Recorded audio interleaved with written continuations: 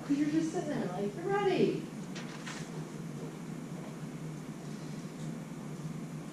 So Micah, you can pick A or B. Okay, cool. Boris is gonna do the other one, and I gave you the red marker because I want you to take the first derivative. Okay, sweet.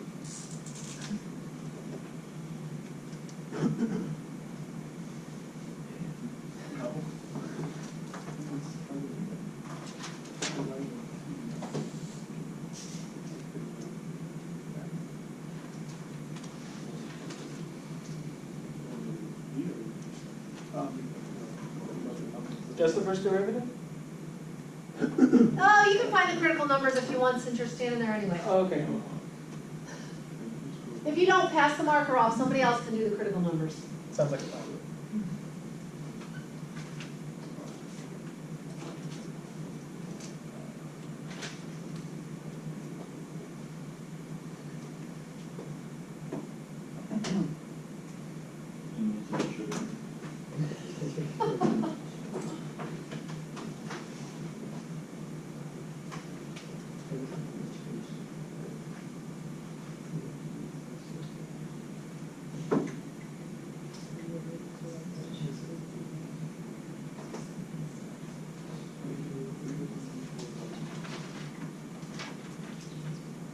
I just realized I went big, small, big. I like that. It's like, Oh my gosh.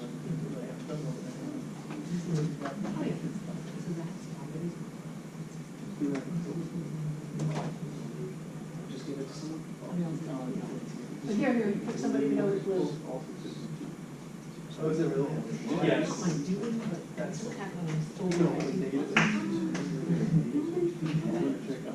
why am I? It looks like they're not really polished. Yeah, you just have to change it. Oh, it is, yeah. It's simple. Yeah. Like, before it was supposed to be. Yeah.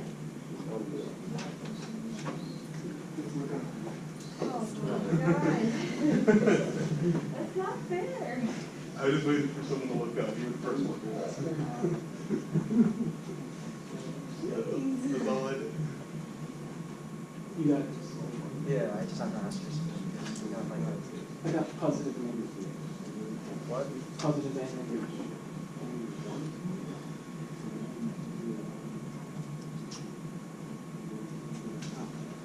Oh, well, that is okay. You'll be great. We got this. You'll be We great. believe in you more than we believe in me. That is true. I did something wrong. I got confused. You got what? Just. Okay.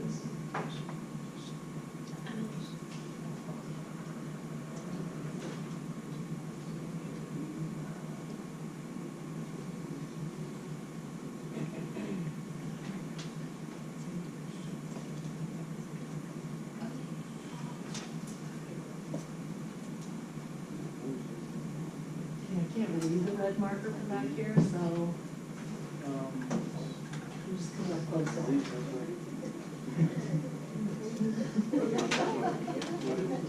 No, go ahead, go ahead. Oh.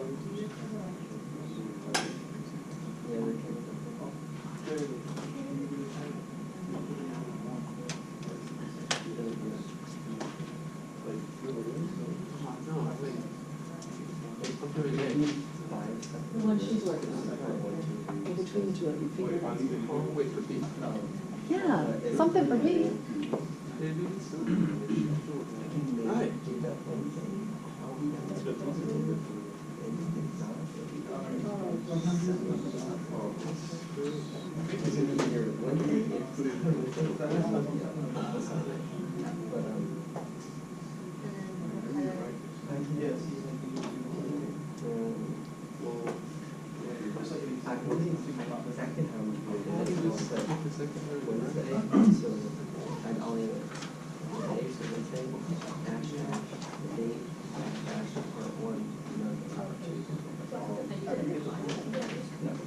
Yeah, how far do I have to go?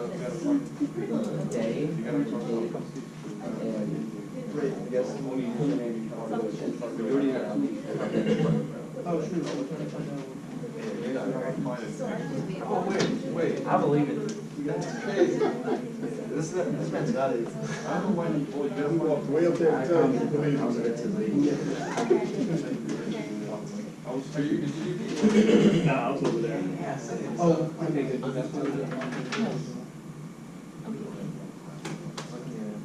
Blue marker. It's up there. Taylor, while you're up, come here. We believe in you. Good, we're looking for some absolute max and mins. So far, here's our original function, here's our interval. We have critical numbers of 6 and 2 and a point of inflection of 4. Go ahead, keep going.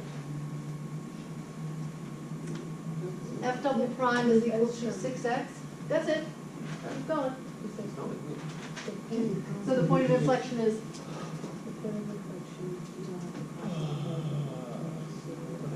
yeah. You got four. X equals 0.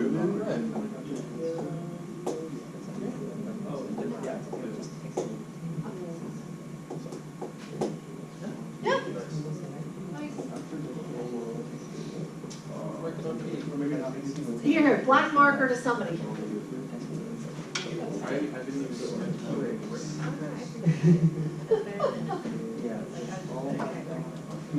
Henry, come on down.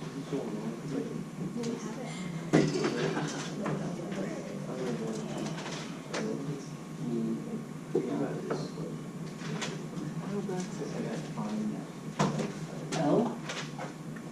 Yeah.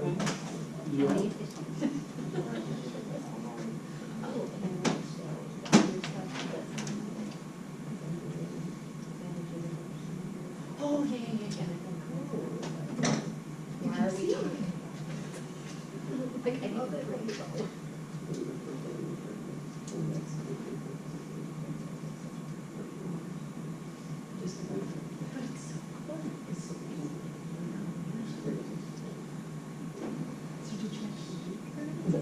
Okay.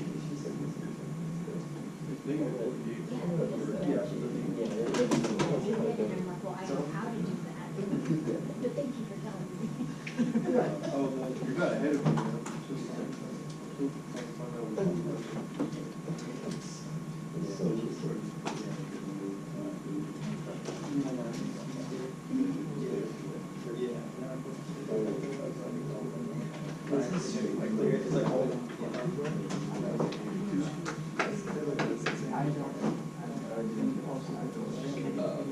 Then I woke up maybe at 8.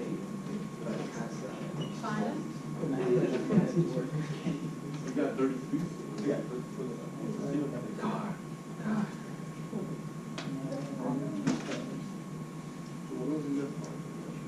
I get it. That really works. Yeah, I got it. No, I'm saying that the point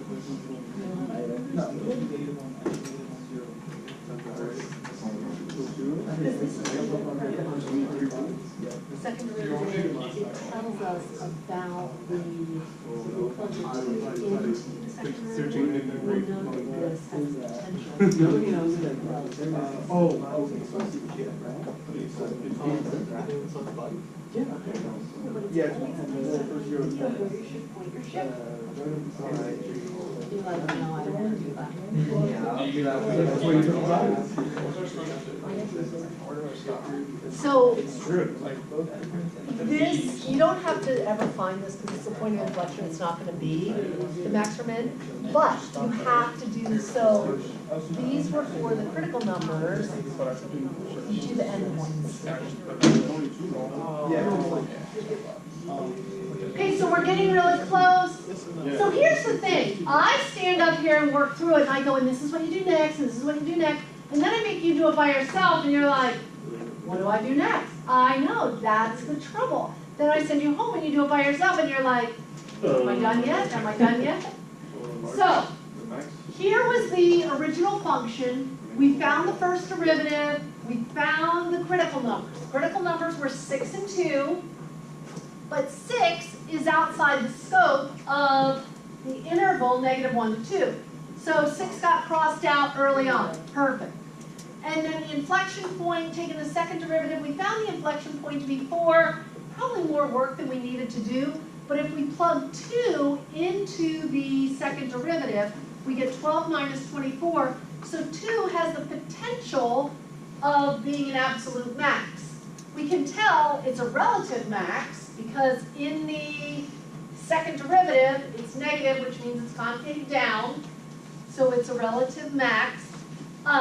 But then over here, 2 was also an endpoint, so when it got plugged in, it got to be 33, positive number. And then f of -1, because that's the other endpoint we have to evaluate, that got to be -48. So we only have 3 numbers that we're considering, and 2 of them are the same, 33. So 33 is the relative max, -48 is the relative min. The 4, which is your inflection point, if you did plug that in, again, it's in, 17. yeah, and it's outside of the Right. interval. And, yeah, So you guys are using 0, you guys use -1 was the endpoint, that's why we used it. -1. Oh, sorry. -1 to 2. So over here,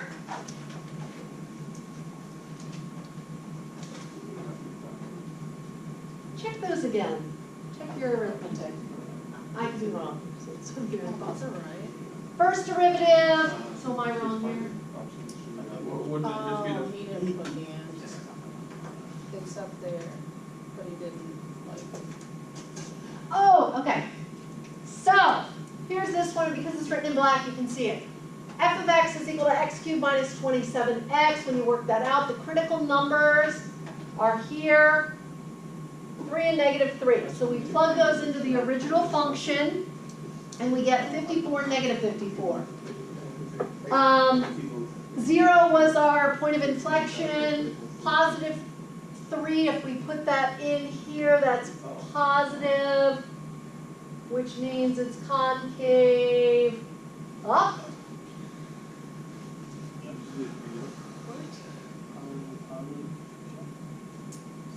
Ah. He got them mixed up. One to -3, so not- -350. Oh, because look, this both says 3.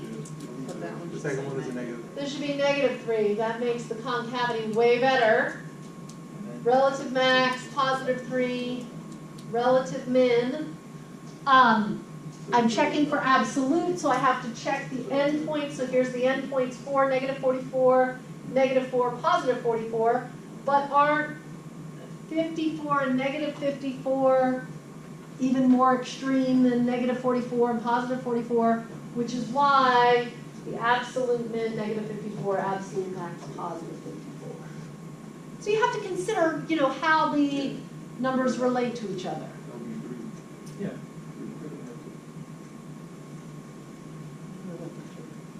Okay. So, you have to evaluate the critical numbers and the endpoints. You then compare all the y values that you get.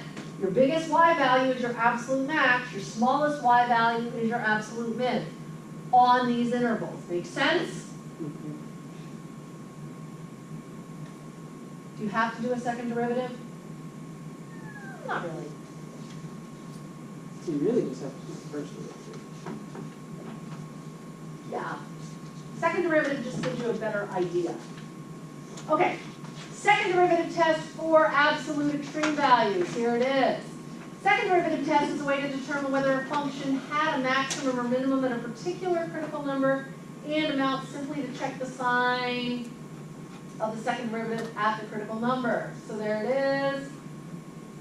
If the value, it means it has a relative min or relative max. So we've been doing this, we just never stated it formally. Nah, Shame on me. science. All you have to do is check the sign of the second derivative at the critical number. Okay, applications of optimization. If a timber forest is allowed to grow for T years, the value of the timber increases in proportion to the square root of T, while maintenance costs are proportional to T. So we have, therefore, the value of the forest after T years is of the form That's just. V of t is equal to a square root of t minus v of t. So these words are describing the equation. Yes. Got it. Because? So the value of a timber forest after t years is v of t is equal to 96 square root of t minus 6t $1,000 for t greater than 0. Well, You have to have positive years. you have to have an actual tree, Yeah. not a negative. Find when the value is maximized. So here's where you're like, oh, what does that mean? When it's in its prime, where the timber. So think about the graph, right? The maximization is going to be where is that maximum point? How do we find a relative max? We take the first derivative. So,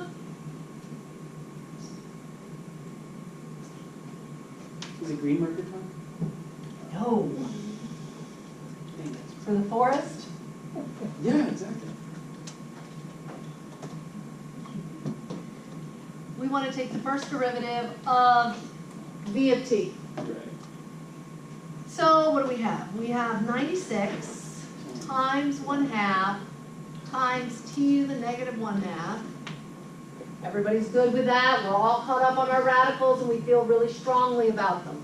Yes. Awesome. Minus 6. Because 96 t to the 1/2 power. Minus 6. So we set all of this equal to 0. Half of 96 is what, 48? Yep. Over the square root. Over the square root of t minus 6. That's a complicated.